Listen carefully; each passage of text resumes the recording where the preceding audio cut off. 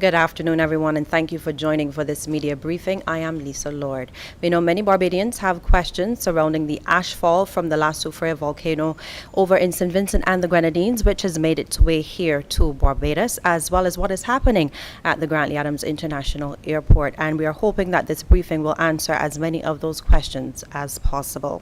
We will be addressed by the Minister of Tourism and International Transport, Senator the Honorable Lisa Cummins, Director of the Barbados Met Service, Mr. Zabu Best, the Director of the Civil Aviation Department, Mrs. Tracy Ford Bailey, and the Chief Executive Officer of the Grantley Adams International Airport, Inc., Mr. Hadley Bourne. We will begin with Minister Cummins.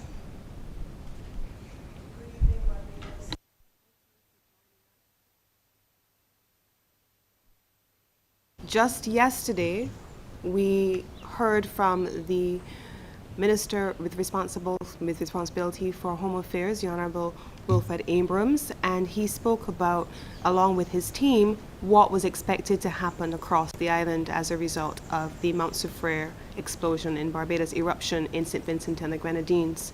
We woke up this morning and we have seen gloomy skies, ash fall, the vehicles are covered in ash, and that has implications for our airspace.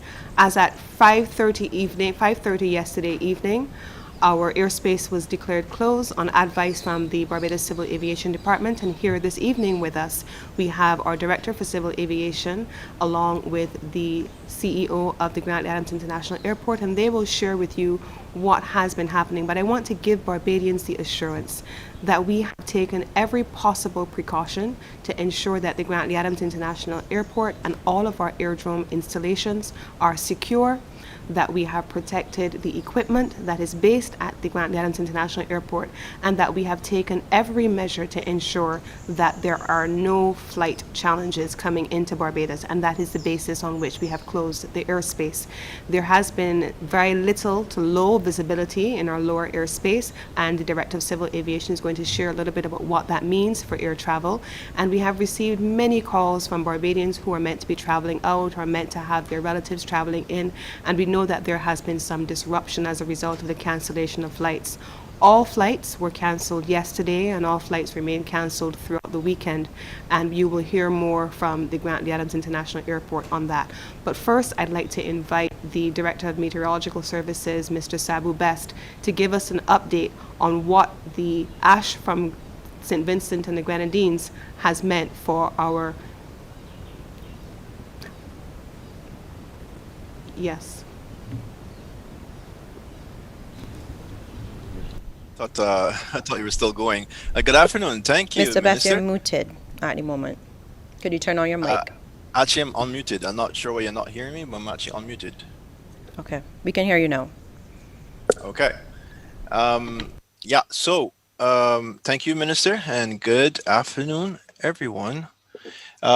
So just to repeat what actually transpired last night and into this morning, La Soufriere volcano in St. Vincent continued its eruption, which it started, a couple of days ago or so. But last night was a little different in terms of what was being expelled. There's a lot of volcanic ash that actually was expelled during the night, but the direction or trajectory changed slightly, where in yesterday morning it was more focused to the north of Barbados in terms of the trajectory. But since the wind pattern has changed slightly, it has allowed some of this volcanic ash from the mid to upper levels to make its way direct from St. Vincent to Barbados. From our last checks and estimates, it takes about an hour and a half once the ash itself and plume gets into the atmosphere from the volcano. It takes about an hour and a half to make this journey from St. Vincent to the island. This is primarily because of the speed of upper level winds, and that could vary once if the speed of upper level winds change as well. But in checking the forecast for the winds for the next few days, there's not going to be much significant change whatsoever in terms of direction or speed. So once the volcano keeps erupting the way it has been the past 12 hours or so, we will be in the mix of things. There were a lot of questions I know about how long is this going to keep going. we can only speak from a meteorological perspective, and like I indicated, the wind pattern is there for it. So once it keeps going, it's going to just keep coming.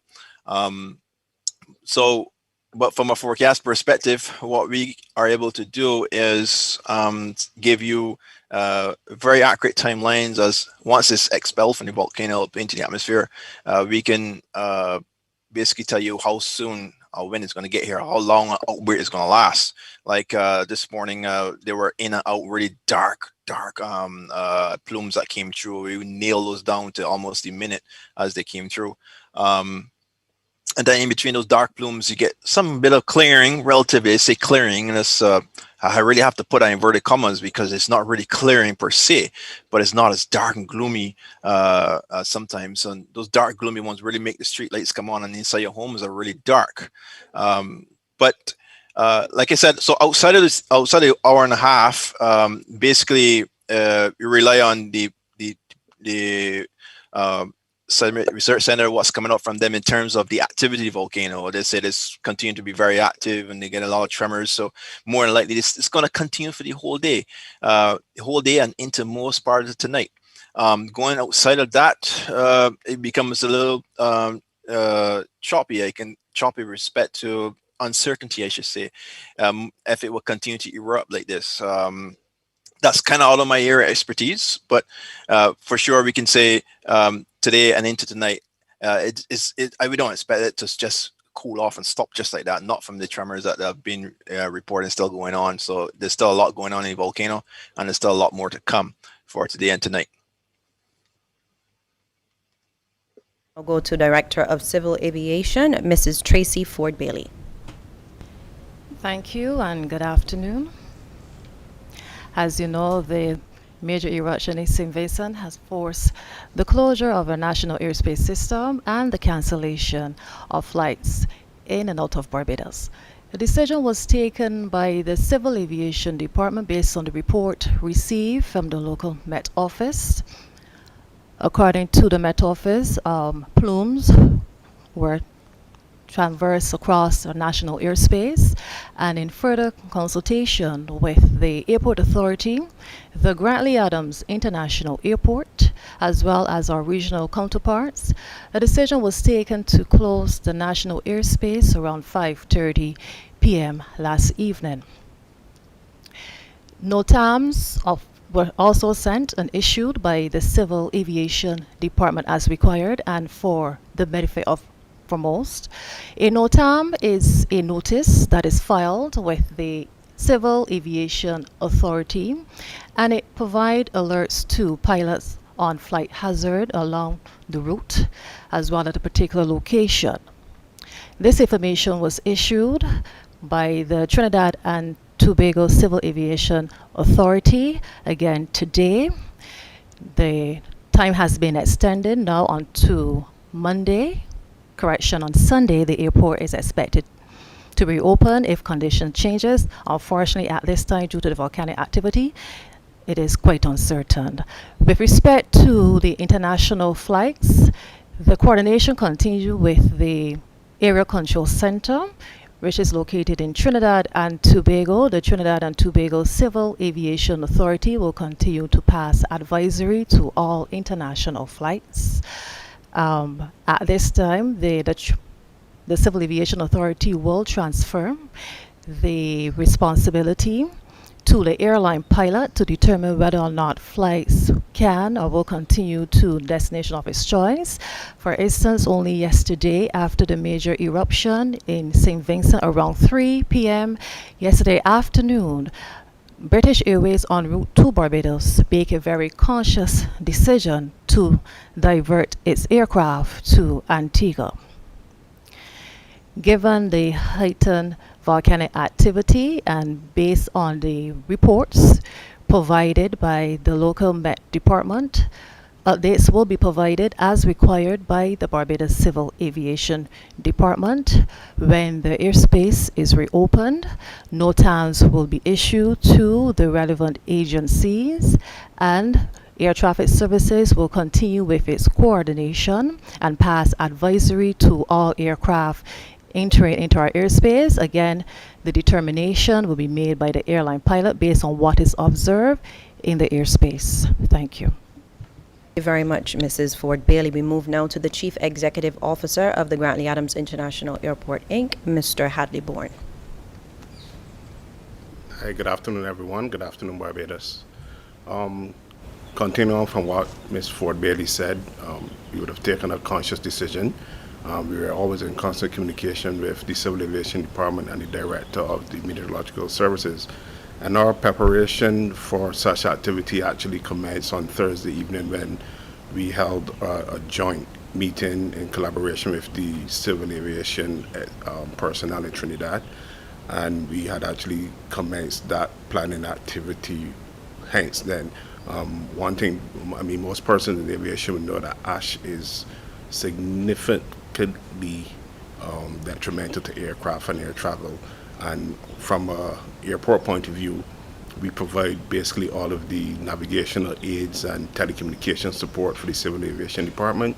So we said we'd take a conscious decision to protect our equipment. So we would have removed all of our navigational aids and such like offline. So that would have affected being able to traverse the airspace from not only from a safety point of view as it pertains to the ash, but also from a navigational point of view.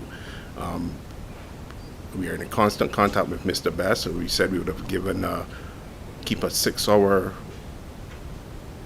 update in terms of how the conditions are based on volcanic activity. We would have initially disseminated a NOTAM for this morning, but it was subsequently extended. And as to when the Grantley Adams International Airport would be able to reopen would be significantly dependent on the activity in our neighboring sister island. Thank you very much, Mr. Bourne. We move now to questions, and joining us from the media are Anesta Henry from Barbados Today, Colvin Mounsey from the Nation newspaper, Ryan Broom from CBC, Regina Salmon Moore, the Barbados Advocate. Go ahead with your questions.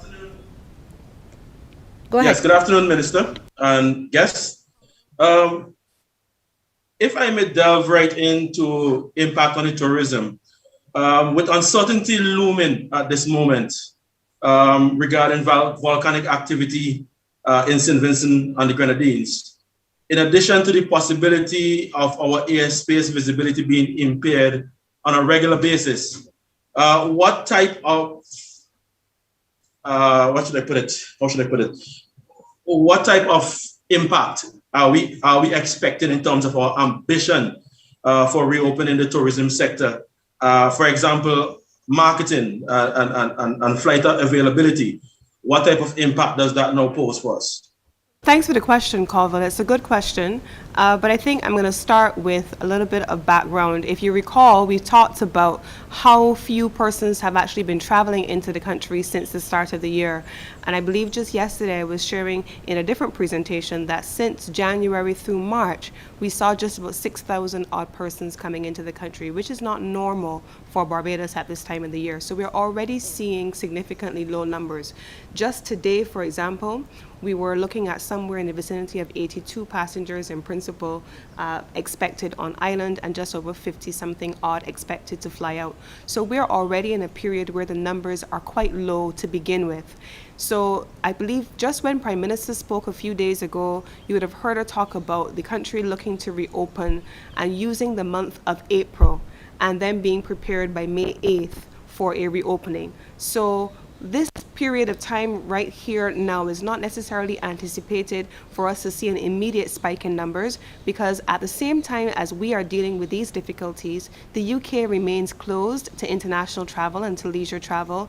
Canada remains closed through the end of April, and so we largely would be seeing travelers that are coming from the US, but also in quite low numbers. So when we talk about the outlook for tourism and arrivals, in particular using air traffic, the numbers are already low because of the combination of what's happening in our overseas source markets and what's happening here in Barbados as we prepare for a reopening in May. But at the same time, Colvin, what I would say is that 3 weeks ago, 5 weeks ago, or certainly at the end of last year, we were dealing with COVID alone, and we were dealing with lockdowns and curfews and whether there were enough flights coming in or international arrivals. Now we're dealing with an entirely different scenario, a combination of COVID-19 and all of the things that we've now become accustomed to, and volcanic ash affecting our airspace. And so I think if one thing we're clear about is that we don't have any promises or guarantees about what tomorrow will hold. But what we have to do is what Prime Minister has been speaking about all of the time. Plan and mitigate for all of the risks that we're being presented with and adjust as quickly as challenges are presented before us. So let's hope that come May 8th, we are in a position to see a clearing of the skies and that we're able to see our source markets in a position where their infection rates are under control, their vaccination programs are continuing to be rolled out aggressively. We here in Barbados continue to have our vaccination programs rolled out aggressively, and that at the same time we're able to see some resumption of the tourism industry. Certainly by summer we're expecting a modest resumption, but the forward bookings for the fourth quarter are already quite strong. So we're going to be pushing forward to see how aggressively we can settle the protocols, for example, which have already been approved. We can work with our source partners to make sure that we can resume travel safely. We're hoping, in particular with our cruise ship partners, to be able to see a summer season. But all those things are dependent on circumstances which, quite frankly, are largely out of our concern, like volcanoes. But we are going to be making sure that every effort is made to have a safe resumption of tourism as soon as it is feasible to do so. Good afternoon. Can anyone say how many flights have been affected by the closure of the Grantley Adams Airport? The CEO of the airport to share a little bit about that. Hi, good afternoon. Significant number of our flights have been impacted. If I say probably at least 7 to 8 a day, both inbound and outbound from all the major carriers, Virgin, British Airways, American, JetBlue, and the regional carriers into Caribbean, Liat, Caribbean Airlines. So they've all been hampered.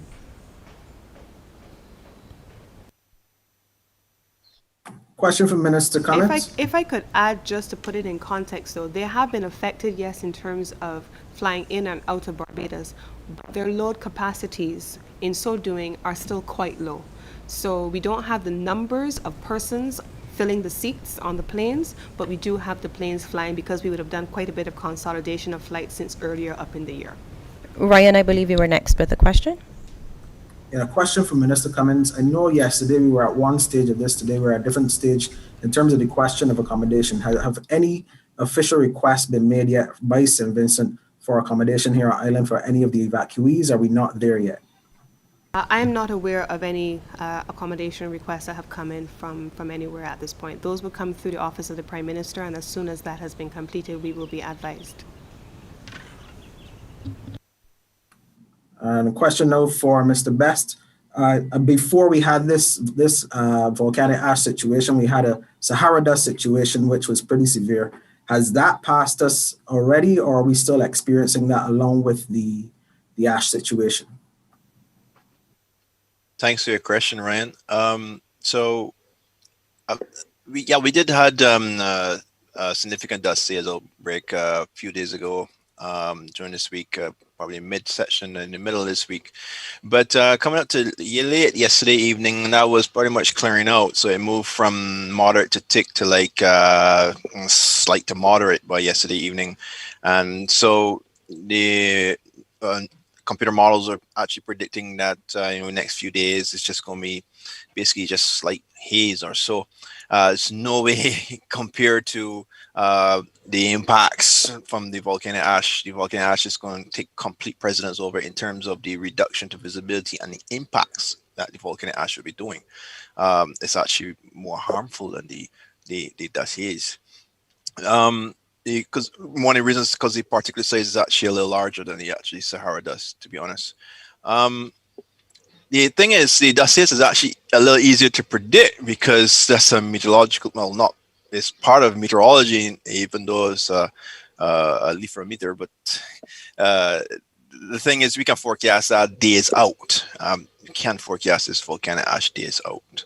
But for the primary concern again is just the volcanic ash. There's no real significant contribution from the dossiers that's involved in there because the volcanic ash is so thick itself. So I can tell you we've been reporting visibility here times 5 kilometers, and I believe honestly that in some sections like in St. Lucie and the middle of the island it probably goes down to maybe 3 kilometers horizontally. That's really low, and we haven't had a dossiers outbreak that thick here, as far as I can remember, in years. I remember there was a year that dossiers did get that thick. It was really very thick, but it's not a very common occurrence. But over the next few days, dossiers should not be a problem. Our concern really is the volcanic ash.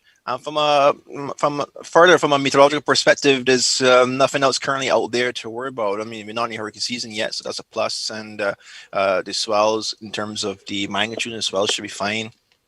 No excessive rainfall expected.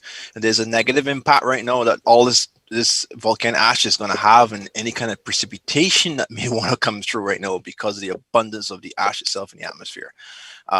So it's going to remain dry, particularly if it remains thick like this.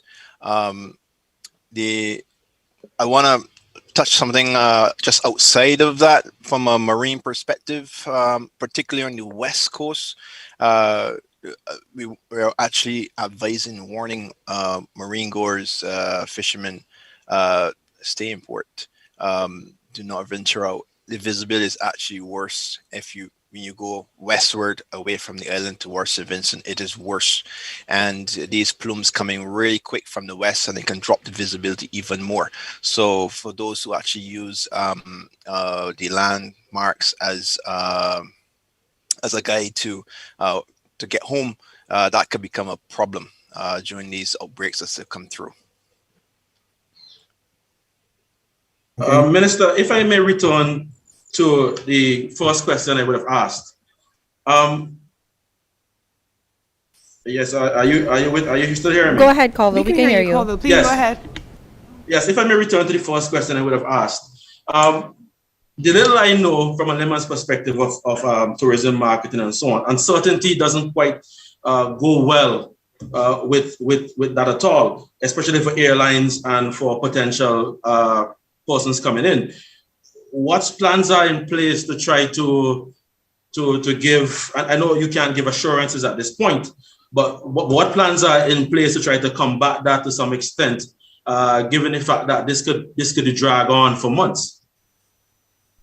I think we are perhaps in the admirable position of not being the only country in the world that is in the position of uncertainty. I think all of our source markets, every single economy in the world, every single tourism-dependent economy in the world is facing the identical uncertainty that you're making reference to. So I don't know, when I speak to my colleagues and I speak to them regularly, I hear them having the same types of challenges on any given day that we are having. And the questions related to uncertainty, when, if, how, and from where tourism will return is something that is not a uniquely Barbadian challenge. What I can tell you is that in order to begin planning for a resumption of travel, we have looked at a various number of models. We have pessimistic forecasting for when we could begin, and there are pessimistic forecasts that say to us that perhaps the outlook for the resumption of tourism could be as far out as 2025.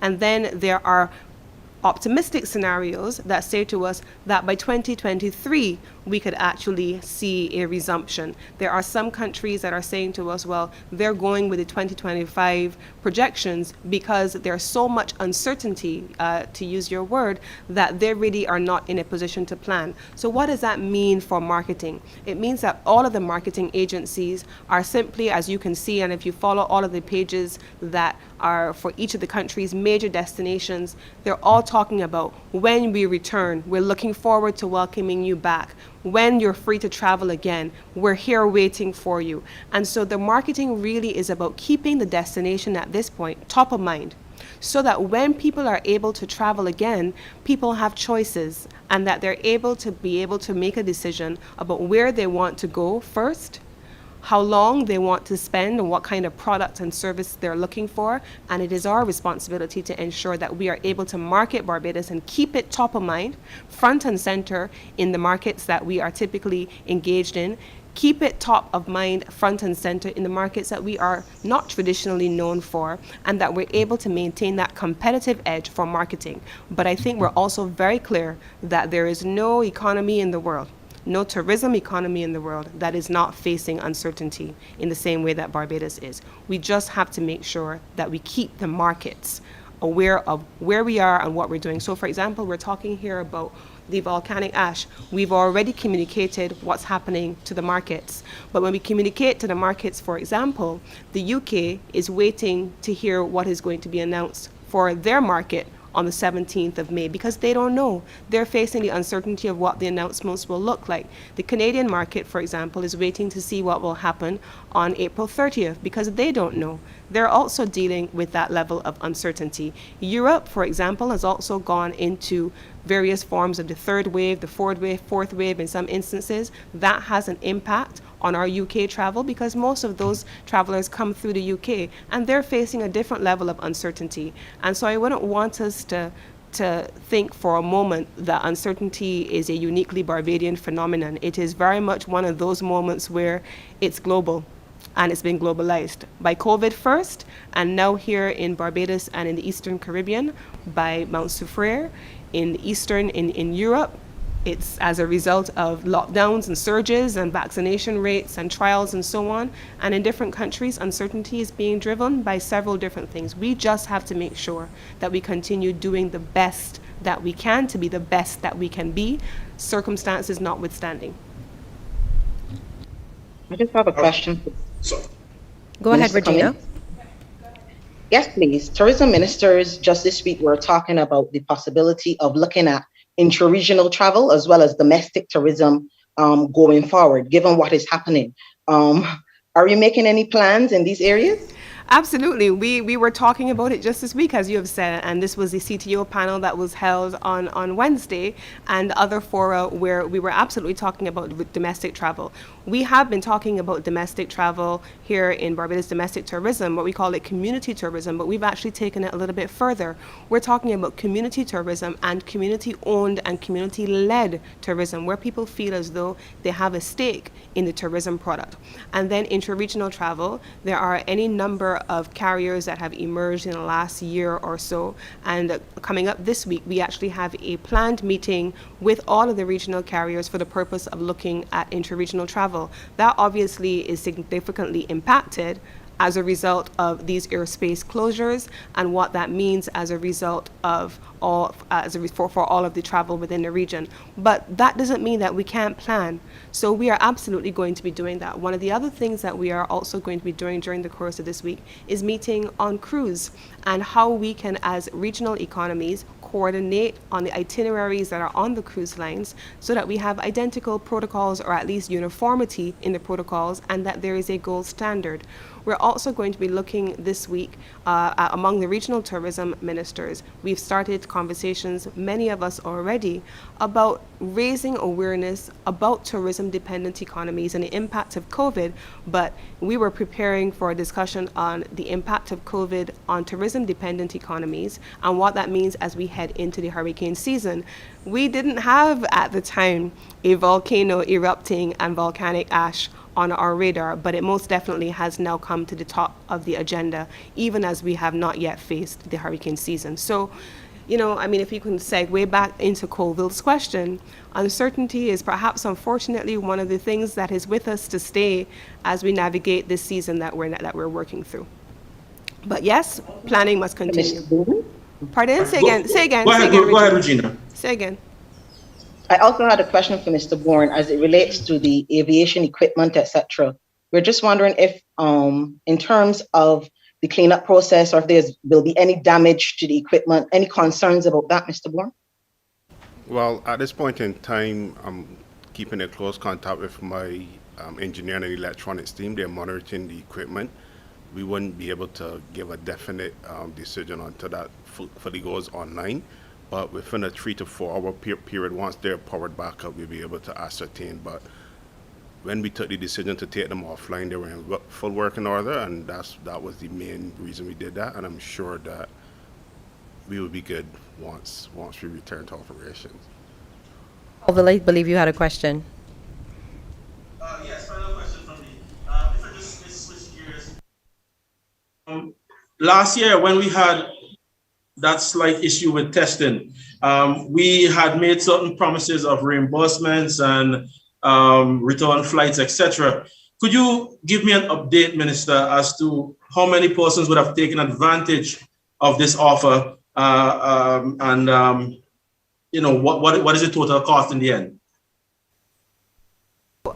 Colville, thanks for the question. We had quite a number of persons who, between January and February, I should say, who applied for that program. We have had quite a number of persons who were affected, and the Barbados Tourism Marketing Inc. has been given the responsibility of working with those persons along with our hotel partners, and at a later date we will be in a position to give you some additional details on that question. Today may not be the best time for us to deal with that, but we'll be in a position to share that with you on another occasion.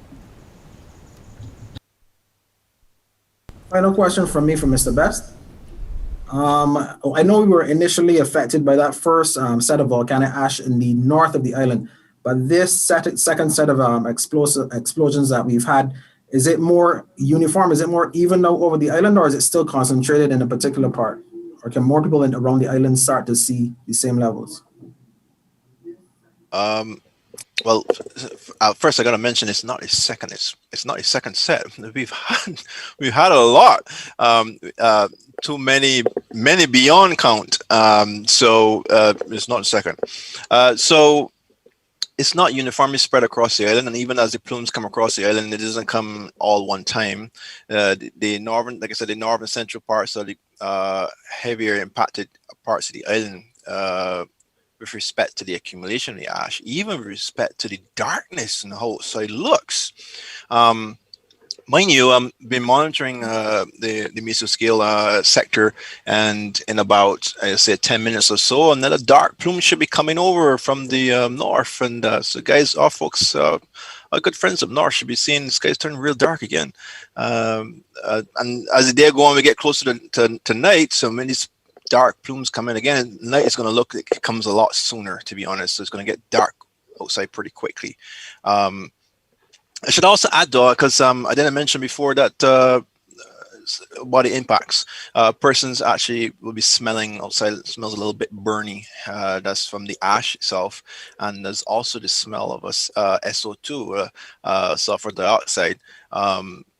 So it's going to smell strange, and that smell, those smells will probably going to track itself into your homes, regardless of part of your home. I was in a very tight confined section of my home, and I still smelt it. In terms of deposit of ash, all open services will have it.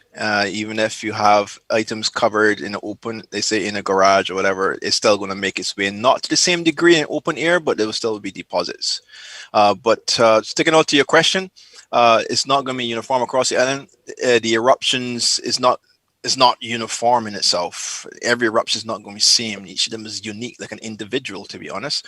And so what's expelled is different each and every time, in terms of size, in terms of intensity. And then we got the other part is the meteorological component of the winds, which more or less kind of remaining kind of constant. So that's the easy. I'll be honest with you, that's kind of the easiest part right now.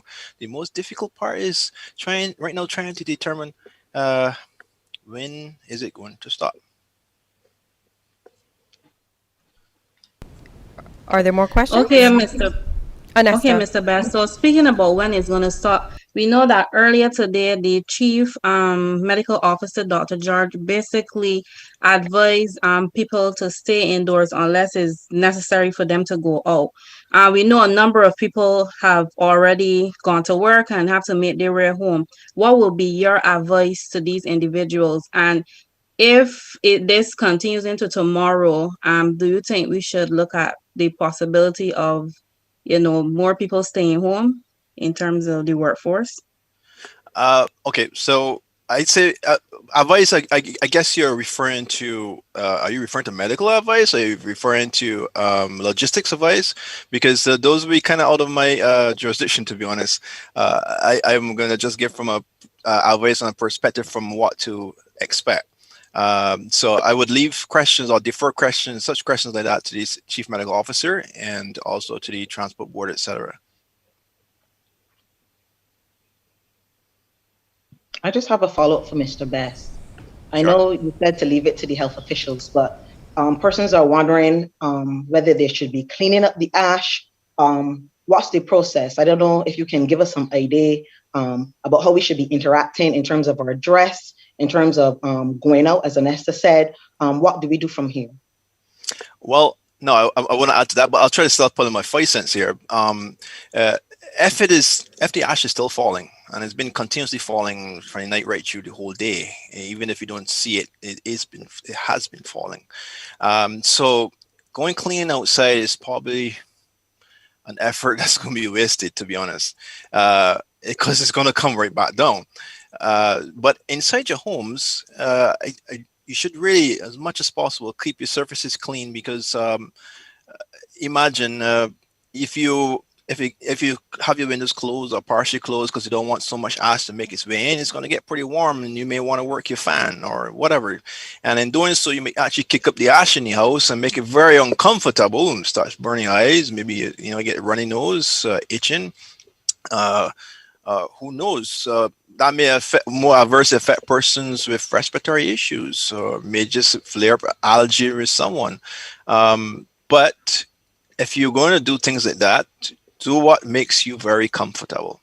If you find that working the fan and the dust and the ashes in there is not really much of a problem, you work what's comfortable with you. How frequent you have to clean it, really and truly, that has to be a decision made on a personal level within your home, because it also depends on how much of the ash makes its way into your home. So it can really prescribe how frequent you can do it, but you monitor your surfaces. If it's tabletops, that's easy to clean off, but for those who have carpet surfaces, you always have to vacuum that. You may not very well see the ash in there, but trust me, when you turn the fans on, it's going to kick it up, and it's probably going to flare up any kind of allergic reactions for some persons. So just be mindful of those things.